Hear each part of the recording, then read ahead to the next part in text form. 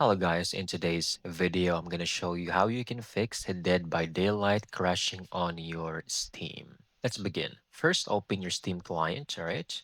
Then over here, let me show you.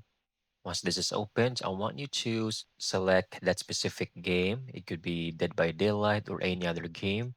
Same logic applies. Right click on it. Go to Properties.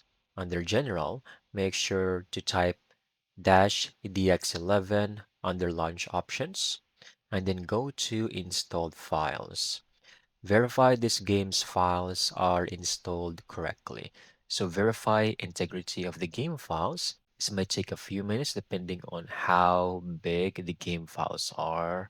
But once done, and it finds any errors, corrupted files, or missing files, Steam will automatically reacquire and re-download them for you. Once completed, it will look something like this, and Steam will automatically re-download that.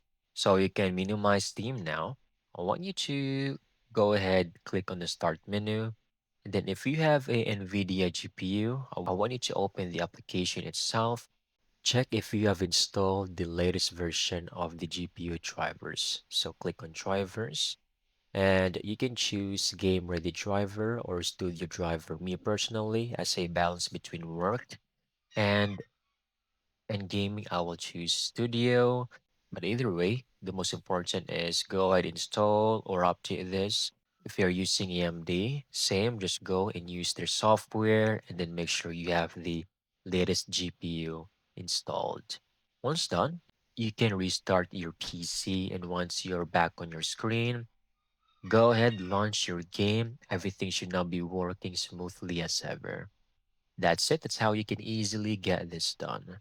Thank you so much for watching. I hope you found this video very helpful.